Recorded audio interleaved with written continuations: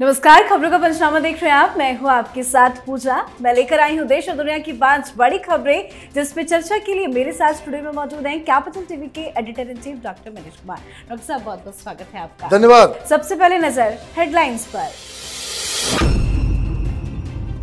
राज्यसभा में आज गरजे पीएम मोदी, विपक्ष पर की हमलों की बौछार, कहा आरक्षण विरोधी थे नेहरू, राहुल फ्लॉप स्टार्टअप, कांग्रेस ने घोटा लोकतंत्र का गला।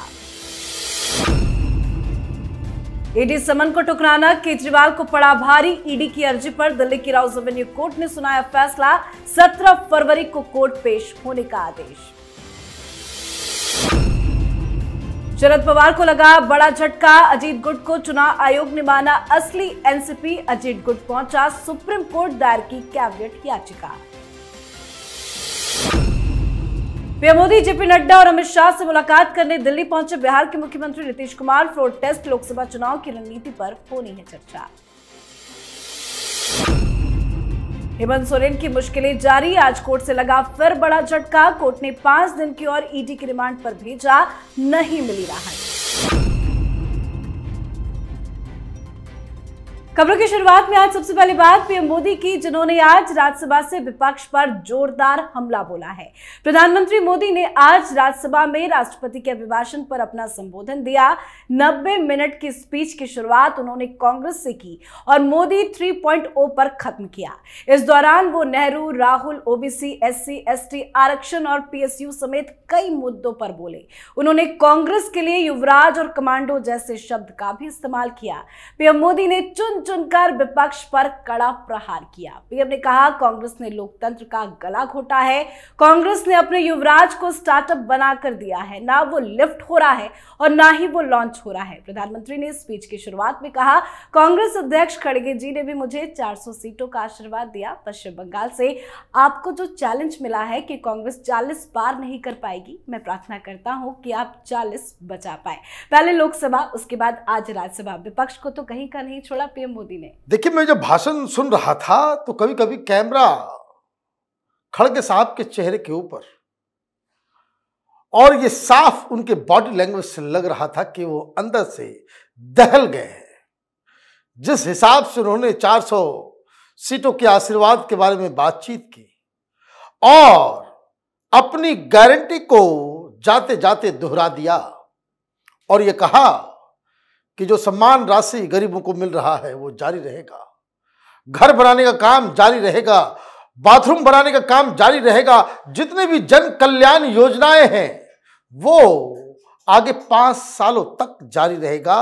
ये वो लाभार्थी ग्रुप है जिसको उन्होंने आज एड्रेस किया। ये गारंटी दी कि चुनाव के नतीजे कुछ भी हों, ये सुविधाएं जो दी जा रही है वो बंद नहीं।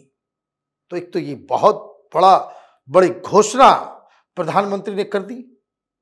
रही बात कांग्रेस पार्टी की, तो कांग्रेस पार्टी के बारे में क्या कहना है। ये तो जो भी आता है पंचिंग बैग बन गई कांग्रेस पार्टी।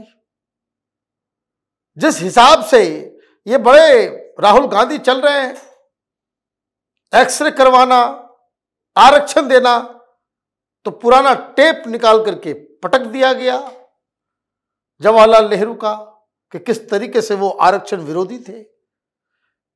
तो ये ऊपर नीचे तो होता रहेगा। खास बात क्या है?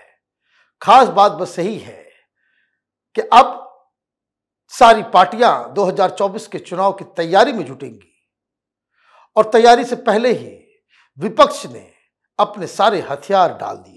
जी, अगली खबर में बात अरविंद केजरीवाल को कोर्ट से लगे बड़े झटके की। ईडी समन को ठुकराना केजरीवाल को भारी पड़ गया है। 5 समन के बावजूद केजरीवाल के पेश नहीं होने पर ईडी की शिकायत पर राउज एवेन्यू कोर्ट ने आज अरविंद केजरीवाल को ही समन जारी कर दिया।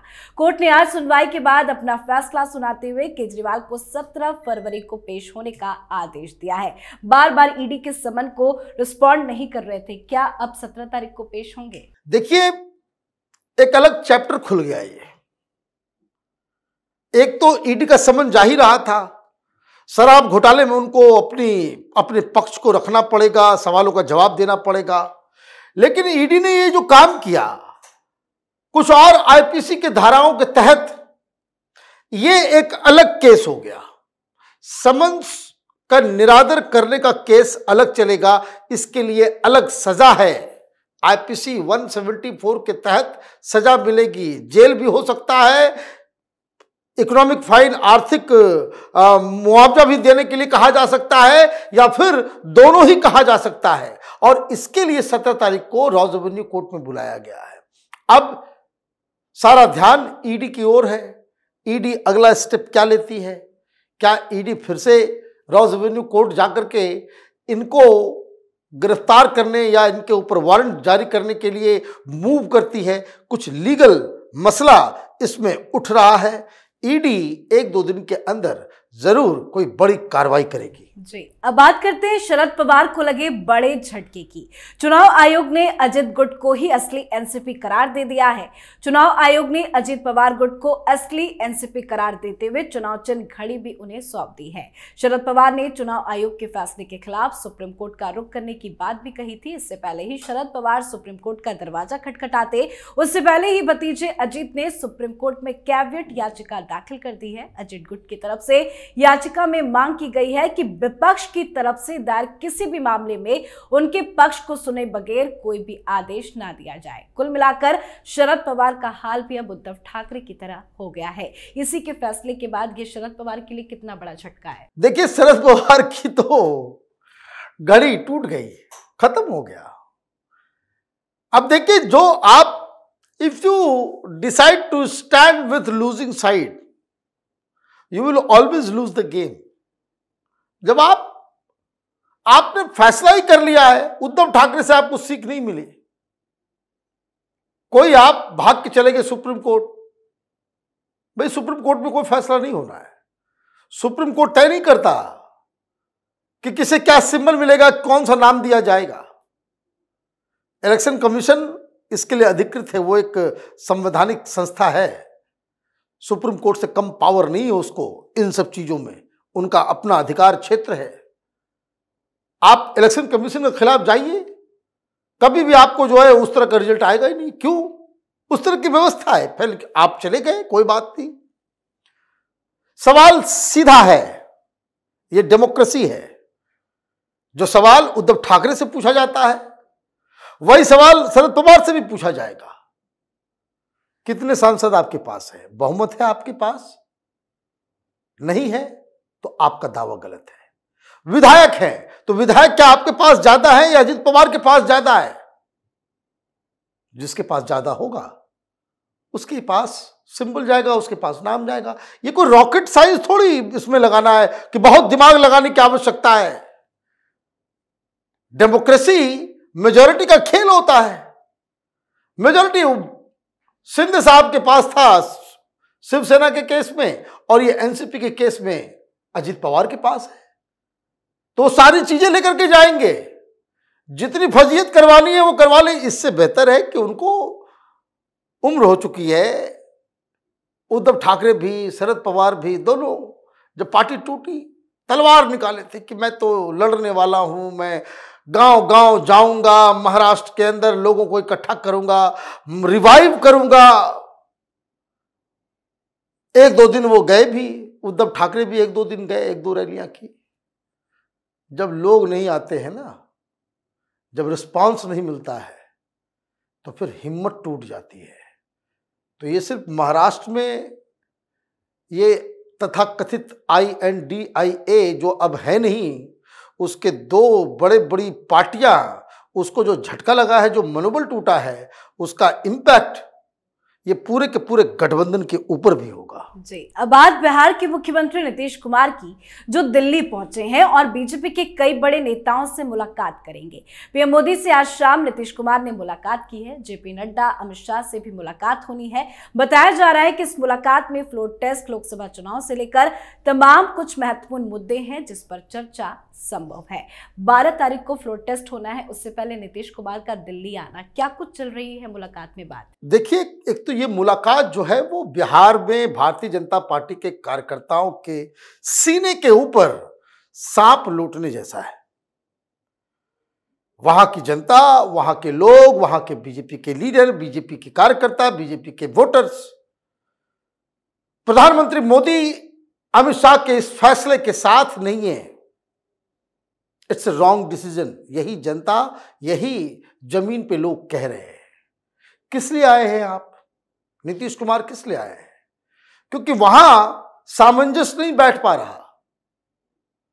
आप सारी चीजें दिल्ली से ही तय करोगे, कोई बात नहीं, पार्टी है, डिसिप्लिन है, लेकिन बंटवारा हुआ विभागों का आपने होम नहीं दिया। आप जिद पे अड़े रहे।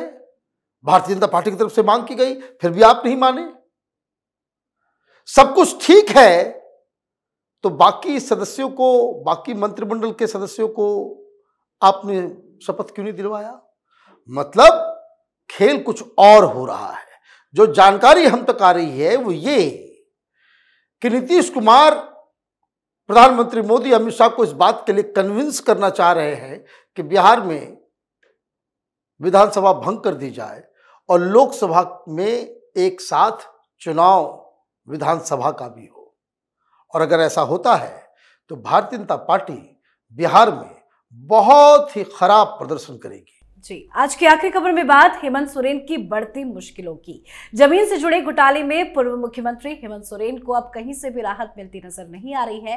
दरअसल आज 5 दिनों की रिमांड अवधि पूरी होने के बाद हेमंत सोरेन को स्पेशल कोर्ट में पेश किया गया, जहां सुनवाई के दौरान ईडी ने 7 दिन की और रिमांड कस्टडी की मांग की। कोर्ट ने इस मामले में सुनवाई करते हुए ईडी को 5 दिनों की रिमांड अवधि दे दी है, यानी कि अगले 5 दिनों तक फिर से हेमंत सोरेन ईडी की कस्टडी में ही रहेंगे और उनसे ईडी पूछताछ करेगी। कितना बड़ा झटका आज फिर लग गया।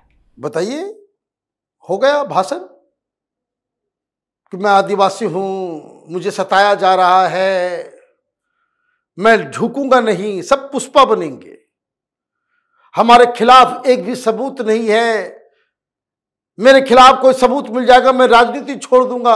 हो गया भाषणबाजी खत्म। कोर्ट में यही भाषण नहीं चलता है।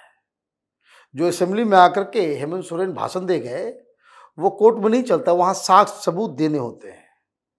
कागज ईडी के पास है तो उसको जीत हासिल होगी, कागज आपके पास है, सबूत आपके पास है तो जीत आपकी होगी।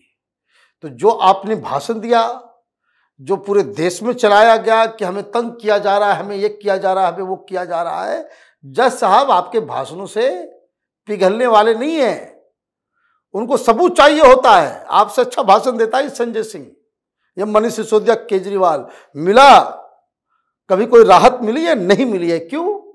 क्योंकि उनके खिलाफ सबूत बड़े पुख्ते हैं, आपके खिलाफ भी पुख्ते हैं, इसलिए अभी हिरासत में ही समय गुजारना पड़ेगा।